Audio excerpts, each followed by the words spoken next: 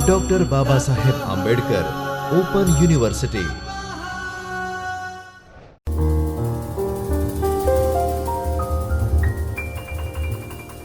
નમો નમઃ. Doctor Baba Saheb Ambedkar open યુનિવર્સિટીના જ્યોતિર્મય પરિસરમાં આવેલા ચૈતન્ય સ્ટુડિયોમાંથી ભારતીય જ્ઞાન પરંપરા વિભાગના MA in Indian knowledge system અભ્યાસક્રમમાં હું શ્યામ પટેલ આપને આવકારું છું. મિત્રો, આપણે MAIKS 102 ભારતીય સ્વાસ્થ્ય પ્રણાલી પેપર અંતર્ગત યુનિટ 4 ઋતુચર્યાનું અધ્યયન શરૂ કર્યું હતું, જેમાં આપણે હેમંત, શિશિર અને વસંત ઋતુઓની ચર્યા વિશે જાણ્યું.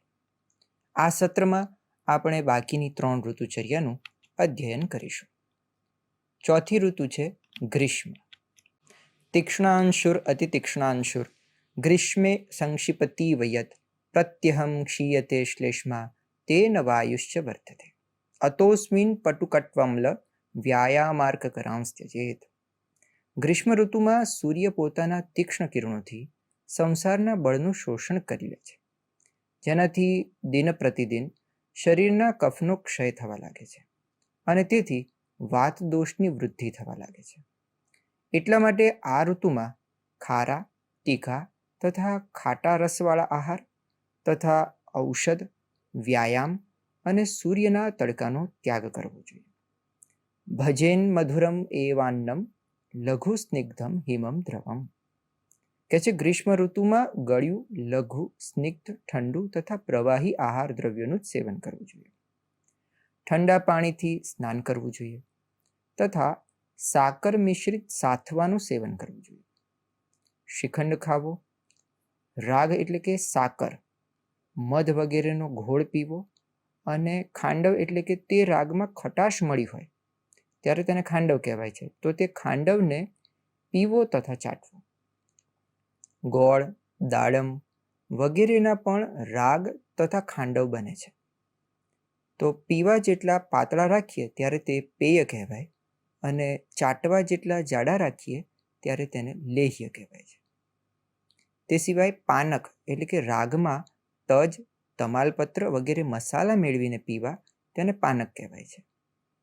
અથવા પંચસાર પીવું જોઈએ, એટલે કે દ્રાક્ષ, જેઠી મધ, ખજૂર, કાળા મરી અને ફાલસાનો પીવા જેવો પદાર્થ બનાવવો અને તેને કપૂર વગેરેથી સુગંધીદાર કરવો. તેને પંચસાર નામનું પાનક કહે છે, જે દાહ અને તરસને મટાડે છે.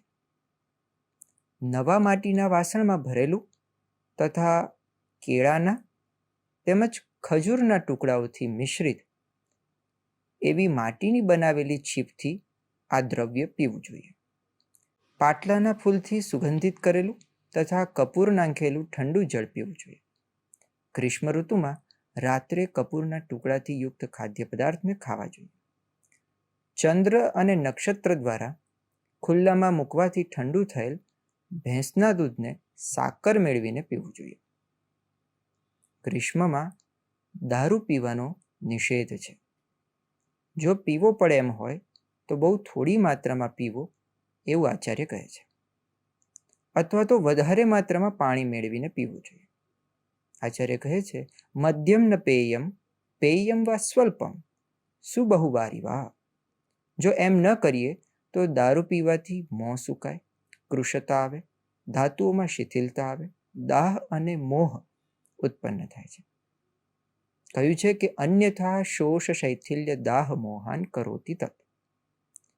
ગ્રીષ્મની બપોરે આકાશ સ્પર્શી મોટા મોટા શાલના તથા તાળના વૃક્ષોના કારણે જ્યાં સૂર્યના ઉષ્ણ કિરણો આવી શકતા નથી તથા માધવી લતાથી વીંટળાયેલા દ્રાક્ષના ગુચ્છાઓથી સુશોભિત લતાઓવાળા વનમાં તથા સુગંધિત ઠંડા પાણીથી પલાળેલા પડદાઓ અને આંબાના પાંદડાઓ તથા ફળોના ગુચ્છાઓથી આચ્છાદિત ઘરમાં રહેવું જોઈએ. આ ઘર કેવું હોય તો કાયમાન એટલે કે શરીરના પ્રમાણવાળું ઘર હોવું જોઈએ, જેમાં કેળના કોમળ પાંદડાઓ, પોયણા, કમળતંતુ એટલે કે કમળનાળ, કમળ તથા કુમુદ, કુમુદ એટલે રાત્રે ખીલેલા કમળ, એનાથી બનાવેલું હોવું જોઈએ. જ્યાં ખીલેલા પુષ્પો તથા પલ્લવોથી યુક્ત હોય એવી શૈયા ઉપર અથવા ફુવારા ઉડતા હોય એવા ધારાગૃહમાં સૂર્યના તાપથી સંતપ્ત થયેલ વ્યક્તિએ મધ્યાહન કાળમાં શયન કરવું જોઈએ. મિત્રો, ગ્રીષ્મ ઋતુમાં ચંદ્રના કિરણોથી વ્યાપ્ત મકાનની અગાશીમાં રાત્રિના સમયમાં બેસવું જોઈએ. પાણીથી પલાળેલ તાડનો પંખો હોય, કમળના વિશાળ પાંદડા હોય કે ધીમી ગતિથી ચાલતો પંખો હોય અથવા મોરપંખથી બનાવેલો પંખો, જળથી યુક્ત શીતળ વાયુ, કપૂર તથા મોગરાની માળા, હરિચંદન એટલે કે શ્વેતચંદનથી યુક્ત મોતીઓનો હાર, મનોહર અને મધુર બોલતા બાળકો હોય, મેના અને પોપટ હોય, સ્વસ્થ મનવાળા વ્યક્તિઓનો સાથ હોય, તો આ બધી બાબતો ગ્રીષ્મકાલીન થાકને હરી લે છે. મિત્રો, આ હતી ગ્રીષ્મ ઋતુની ચર્યા. હવે વાત કરીએ વર્ષાચર્યાની. આદાન કાળના પ્રભાવથી શરીરનું બળ ઓછું થયેલું હોવાથી જઠરાગ્નિ મંદ થયેલ હોય છે. તેમાં વળી વર્ષા ઋતુમાં પ્રકુપિત થયેલા આપણા વાતાદી દોષોથી વધારે મંદ થઈ જાય. વર્ષા ઋતુમાં પાણીથી ભરેલા વાદળોથી, ઝાકળના કારણે તથા ઠંડો પવન સહસા ચાલવાથી, પૃથ્વીમાંથી નીકળતી બાફથી, જઠરાગ્નિના મંદ થવાથી, ભેજને લીધે આહારમાં આવી ગયેલી ખટાશથી, જળ દૂષિત હોવાથી અને કાળના સ્વભાવથી વાતાદી દોષ દૂષિત થઈ જાય છે. આ પ્રમાણે વર્ષા ઋતુમાં ત્રણેય દોષો એકબીજાને દૂષિત કરતા હોવાથી ત્રણેય વાતાદી દોષોનું શમન કરે એવા સામાન્ય ઉપાયો આપણે કરવા છે. અર્થાત એવી વિધિઓ જે બધાને અનુકૂળ હોય તે કરવી જોઈએ તથા વિશેષ રૂપથી જઠરાગ્નિને પ્રદીપ્ત કરનાર આહાર લેવો જોઈએ.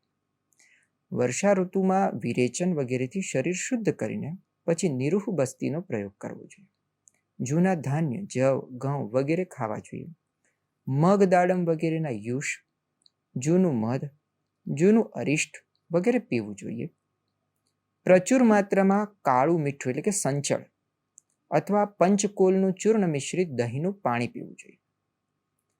વરસાદનું, કૂવાનું તથા ઉકાળેલું પાણી પીવું હિતાવહ છે. અત્યંત વાયુ તથા વર્ષાવાળા દિવસમાં પર્યાપ્ત માત્રામાં ખાટું, ખારું તથા સ્નેહથી યુક્ત સારી રીતે સુકાયેલું અને મધુ મિશ્રિત લઘુ એટલે કે હળવું ભોજન કરવું જોઈએ. વર્ષા ઋતુમાં જો બહાર જવું હોય તો હંમેશા વાહનથી જ જવું જોઈએ, અર્થાત પગેથી ચાલીને જવું નહીં. હંમેશા સુગંધિત દ્રવ્ય, સ્નાન વગેરેથી સુવાસિત રહેવું જોઈએ. ધૂપ દીધેલા કપડાં પહેરવા જોઈએ. પૃથ્વીમાંથી નીકળતી બાફ, ઠંડક તથા વાછટ ન આવતા હોય એવા છતવાળા મકાનમાં નિવાસ કરવો જોઈએ. નદી જલ ઉદમંથ અહ સ્વપ્ન આયાસા તપાંસ્ત્ય ચેત. આચાર્ય કહે છે કે નદીનું પાણી, પાણીમાં ચોળેલો સાથો એટલે કે ઘોળ, તડકો, દિવસે સૂવું તથા બહુ મહેનત કરવી, આટલી બાબતનો વર્ષા ઋતુમાં ત્યાગ કરવો છે. આ હતી વર્ષાચર્યા. હવે આપણે શરદચર્યા વિશે જાણી લઈએ. વર્ષા શીતો ચિતાંગાનામ સહસૈવાર્ક રશ્મિભિઃ તપ્તાનામ સંચિતમ વૃષ્ટૌ પિત્તમ શરદિ કુપ્યતિ તજ્જયાય ઘૃતમ તિક્તમ વિરેકો રક્તમોક્ષણમ. વર્ષા ઋતુમાં શરીર વરસાદ અને ટાઢથી ટેવાઈ ગયું હોય છે. તેથી શરીર શરદ ઋતુના સૂર્યના કિરણો દ્વારા અચાનક જ તપવા લાગે છે, જેનાથી વર્ષાકાળમાં સંચિત થયેલું માણસોનું પિત્ત પ્રકુપિત થઈ જાય છે. અને આ પ્રકુપિત પિત્તને શાંત કરવા માટે આપણે તિક્ત દ્રવ્યોથી સિદ્ધ કરેલું ઘૃતપાન કરવું જોઈએ. વિરેચન તથા રક્તમોક્ષણ કરવું જોઈએ. તિક્તમ સ્વાદુ કષાયમ ચ ક્ષુદિતો અન્ન ભજેલ લઘુ શાલી મુદ્ગસિતા ધાત્રી પટોલ મધુજાંગલમ. આચાર્ય કહે છે કે શરદ ઋતુમાં ભૂખ લાગવાથી કડવું, ગળ્યું અને તુર તથા લઘુ એટલે કે હળવું ખાવું પીવું જોઈએ. શાલી ધાન્ય એટલે કે શાળના ચોખા, મગ, સાકર, આમળા, પટોળ, મધ વગેરેનું સેવન કરવું જોઈએ. મિત્રો, હવે શરદ ઋતુમાં જે હંસોદક પાનનું વિધાન છે તેને આપણે જાણી લઈએ. તપ્તમ તપ્તાંશુ કિરણૈઃ શીતમ શીતાંશુ રશ્મિભિઃ સમંતાદપ્યહોરાત્રમ અગસ્ત્યોદય નિર્વિષમ શુચિહંસોદકમ નામ નિર્મલમ મલજિજ્જલમ નાભિષ્યંતી નવારુક્ષમ પાનાદિષુ અમૃતોપમમ. આચાર્ય કહે છે કે દિવસમાં સૂર્યના કિરણોથી તપેલું અને રાત્રિમાં ચંદ્રના કિરણોથી શીતળ થયેલું અને અગસ્ત્ય તારાના ઉદય થવાથી વિષ વિનાનું બનેલું નિર્મળ જળ હંસોદક કહેવાય છે. આ જળ ન તો કફ કરે છે ન તો વૃક્ષ એટલે કે વાત કરનારું હોય છે. અર્થાત હંસોદક વાત અને કફ બંને દોષોને શાંત કરે છે અને પીવામાં અમૃત સમાન હોય છે. ચક્રપાણી નામના આચાર્ય કહે છે કે હંસ શબ્દનો અર્થ સૂર્ય, ચંદ્ર તથા હંસ એમ 3 કર્યો છે. એમના અનુસાર સૂર્ય તથા ચંદ્રથી શુદ્ધ થયેલ જળને અથવા હંસ દ્વારા સેવન કરવા યોગ્ય જળને હંસોદક કહે છે. શરદ ઋતુમાં રાત્રિના પ્રારંભમાં ચંદન, ખસ તથા કપૂર વગેરેનો લેપ લગાવીને સુવાસિત થઈને મોતીઓની માળાઓ પહેરીને અને સુંદર શ્વેત વસ્ત્ર પહેરીને મકાનની છત પર બેસીને ચૂના જેવા શ્વેત ચંદ્રના કિરણોનું સેવન કરવું જોઈએ. સાયંકાળ વીત્યા પછી ઝાકળ પડે છે, માટે તે પછી બેસવું ન જોઈએ. શરદ ઋતુમાં ઝાકળ, ક્ષાર, ભરપેટ ભોજન, દહીં, તેલ, વસા, તડકો, તીક્ષ્ણ મદ્ય, દિવસની ઊંઘ અને પૂર્વ દિશામાંથી આવતો પવન આટલી વસ્તુઓનો ત્યાગ કરવો જોઈએ. તુષાર ક્ષાર સૌહિત્ય દધી તૈલ વસાતપાન તીક્ષ્ણ મદ્ય દિવ્યા સ્વપ્ન પુરોવાતાન પરિત્યજેત. મિત્રો, આ ઋતુઓની ચર્યાને જાણ્યા પછી સંક્ષેપમાં ઋતુ અનુસાર ભોજન લેવું તે કેવું હોવું જોઈએ તે જાણી લઈએ. શીતકાળના હેમંત અને શિશિર તથા વર્ષા ઋતુમાં પ્રારંભિક 3 રસ એટલે કે ગળ્યો, ખાટો, ખારો તથા વસંત ઋતુમાં અંતિમ 3 રસ એટલે કે કડવો, તીખો અને તુરો રસ ખાવો જોઈએ અથવા પીવો જોઈએ. આ પ્રમાણે ગ્રીષ્મ ઋતુમાં ગળ્યો રસ તથા શરદ ઋતુમાં ગળ્યો, કડવો અને તુરો એ 3 રસ ખાવા પીવા જોઈએ. સંક્ષેપમાં શરદ તથા વસંત ઋતુમાં વૃક્ષ દ્રવ્યોનું અન્નપાન કરવું જોઈએ. આનાથી વિપરીત અન્ય ઋતુમાં અર્થાત હેમંત, શિશિર તથા વર્ષા અને ગ્રીષ્મ ઋતુમાં સ્નિગ્ધ અન્નપાન કરવું જોઈએ. ગ્રીષ્મ તથા શરદ ઋતુમાં શીત દ્રવ્યોનું સેવન કરવું જોઈએ. તે સિવાયની હેમંત, શિશિર, વસંત અને વર્ષા ઋતુમાં ઉષ્ણ દ્રવ્યોનું સેવન કરવું જોઈએ. સામાન્ય રીતે બધી ઋતુઓમાં હંમેશા જ બધા રસોનું સેવન કરવું જોઈએ, પરંતુ ઉપરોક્ત કહેલી ઋતુઓમાં તે રસનું વિશેષ રૂપથી સેવન કરવું જોઈએ. મિત્રો, હવે જોઈએ ઋતુસંધિ. વર્તમાન ઋતુના અંતિમ સપ્તાહ તથા આગામી ઋતુના પ્રથમ સપ્તાહને ભેગા કરીને કુલ 15 દિવસના કાળને ઋતુસંધિ કાળ કહેવામાં આવે છે. ઋતુસંધિ કાળમાં ક્રમશઃ ચાલુ ઋતુચર્યાનો ધીમે ધીમે ત્યાગ કરીને આગામી ઋતુચર્યાના સેવનનો પ્રારંભ કરવો જોઈએ. કેમ કે વર્તમાનમાં ચાલુ ઋતુચર્યાનો સહસા ત્યાગ કરવાથી અથવા આગામી ઋતુચર્યાનો સહસા સેવન કરવાથી અસાત્મ્યજ રોગ થઈ શકે છે, એટલે કે ઋતુના પરિવર્તનથી થનારા રોગો થઈ શકે છે. અસાત્મ્યનો અર્થ થાય છે પ્રકૃતિને માફક ન હોવું.